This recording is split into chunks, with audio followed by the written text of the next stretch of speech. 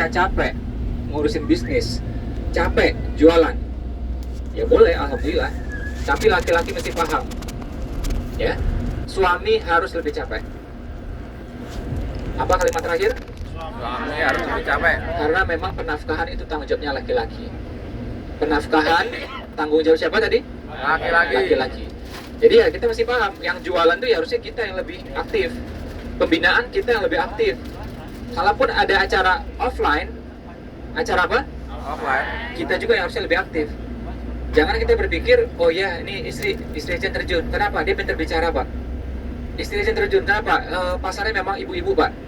Ya, jadi harusnya istri kita jangan capek. Kalaupun istri kita capek, suami yang harusnya lebih capek. Karena itu laki-laki dirancang badannya lebih besar, ya, badannya lebih besar, suaranya lebih besar, ototnya lebih besar, ya, tulangnya lebih besar, bahkan juga lebih tinggi. Tugasnya adalah apa? Melindungi yang lain. Melindungi istrinya, melindungi anak-anaknya. Melindungi siapa? Istrinya, anak-anaknya. Ya, termasuk juga urusan penafkahan. Pastikan memang keluarga kita ini, ya, kita perjuangkan sungguh-sungguh, ya kan? Kita awali, ya, namanya laki-laki untuk urusan apa? Penafkahan. Urusan apa, teman-teman? Penafkahan. Ya, beberapa waktu lalu saya ngobrol sama Ustaz Suki gitu ya, bagaimana statement kalimat sigot taklik ya yang tertera di buku nikah, ya, itu penegasan, teman-teman. Jadi sekian bulan tidak menafkahi istri dan istri keberatan, itu kalau dia ngadu ke pengadilan, mohon maaf, itu artinya memang ya fatal efeknya, ya. Nah, kenapa ulama di Indonesia istihad untuk kalimat itu, ya? Karena apa? Yaitu untuk menegaskan bahwa tanggung jawab penafkahan itu ada di siapa tadi? Suami. Pada suami, pada laki-laki, ya. Nah, ini yang saya pengen teman-teman ingat semua gitu ya. Jadi pastikan kita sebagai laki-laki memang bertanggung jawab. Apa, teman-teman? Bertanggung jawab. Ya. Nah, jadi urusan penafkahan kita. Andai kata misal di antara kita masih saya bicara belum terlalu lancar, latihan, dikasih ruang untuk belajar, ya. Kita ngomong pada grup kecil 5 orang, kita ngomong lagi pada grup yang lebih besar 10 orang, 12 orang, dan seterusnya. Kalau dibiarin, mau sampai kapan lagi coba? Udah tahu nggak bisa lancar bicara di hadapan publik, tapi nggak dilatih, ya kapan bisanya? Ya.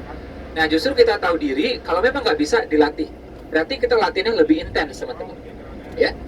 Termasuk juga misalnya urusan Zoom misalnya, ya. Zoom, wah ini bicaranya harus lebih terstruktur.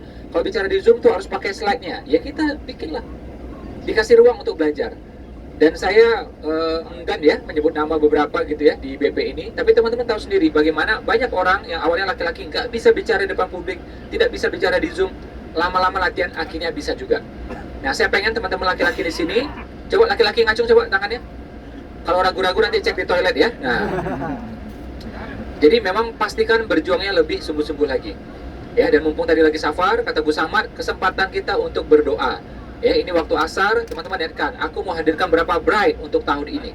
Ya, tambah 2 bride kah, 3 bride kah, mumpung lagi musafir, mumpung lagi safar, mumpung lagi hujan juga, mumpung asar, why not?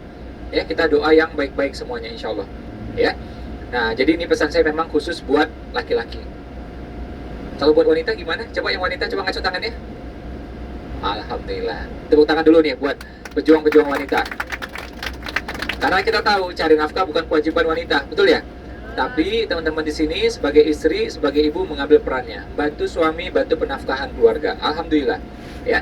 Nah, cuma ini ya, ini juga pesan saya buat ya seluruh mitra lah ya, yang wanita yang mungkin tidak hadir juga. Apa itu? Kalau income naik tinggi, ya suara jangan ikutan tinggi ke suami. Coba diulang kalimatnya. Jadi income boleh naik tinggi, suara jangan sampai ikutan tinggi, teman-teman. Ya, mau surga mana yang kita masuki kalau suami nggak ridho coba? Ya, duha 12 rakaat, tahajud 20 rakaat, Senin Kamis pegang juga, umroh diupayakan tiap tahun. Tapi suami nggak ridho karena kelakuan kita, karena suara kita. Apa yang tidak mungkin kita lakukan pada ayah kita, jangan lakukan pada suami kita. Contoh nih, pada ayah kita, mungkin nggak suara kita naik? Coba jawab, mungkin nggak kira-kira? Jangan lakukan itu pada suami. Pengganti peran ayah, itulah suami. Nanti di padang mahsyar yang paling banyak ditanya siapa? Ayah kita, suami kita. Hampir sama perannya. hampir sama perannya. Sebelum kita nikah, penanggung jawab adalah ayah kita. Setelah nikah, suami kita. Ya, di padang mahsyar pelindung utamanya itu, perisainya yaitu, tameng dari api nerakanya yaitu suami kita itu. Ya, dan dia yang mempertahankan kita, dia yang nanti argumen, dia yang akan dihisap. Kalau ada orang perannya sebesar itu, ya memang kita layak hormati, layak kita jaga, ya, layak kita juga.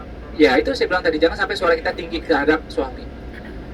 Oh, suara tinggi nggak boleh, kalau bentak-bentak boleh masih, Bo. Ya kalau suara tinggi aja nggak boleh, apalagi yang lain, kan gitu ya. Nah insya Allah mah kalau di Mitra BP, karena udah rajin ikut pembinaan Selasa, ya sudah rajin juga belajar sama Umi Maki, kayak gini insya Allah udah nggak ada. Ya, jadi anggap aja saya ngomong tadi, ya itu buat orang lain lah, dan mungkin juga reminder buat kita semua. Ya, dan ada satu tips sederhana, saya pengen buat ya teman-teman wanita di sini, pengen nggak omsetnya meningkat kira-kira? Ada tips sederhana yang jarang orang bahas, tapi di sini saya bahas. Ya.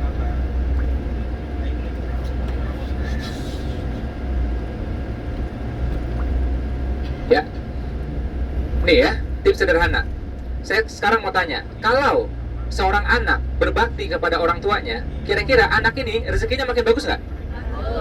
Bagus apa bagus banget? Sekarang saya mau tanya, andai kata seorang istri, dia berusaha berbakti kepada suaminya, kira-kira makin bagus nggak rezekinya? Itu lakukan. Oh selama ini udah masih kok bagus. Coba sekarang pulang dari Singapura nanti lakukan lebih. Dari aspek apa? Apa aja? Makanan untuk suami, hidangan untuk suami, minumnya, teh panasnya, kopi panasnya, pakaian kita, ya kan? Makeup kita tahu lah suami kita senangnya apa. Ya, kita berikan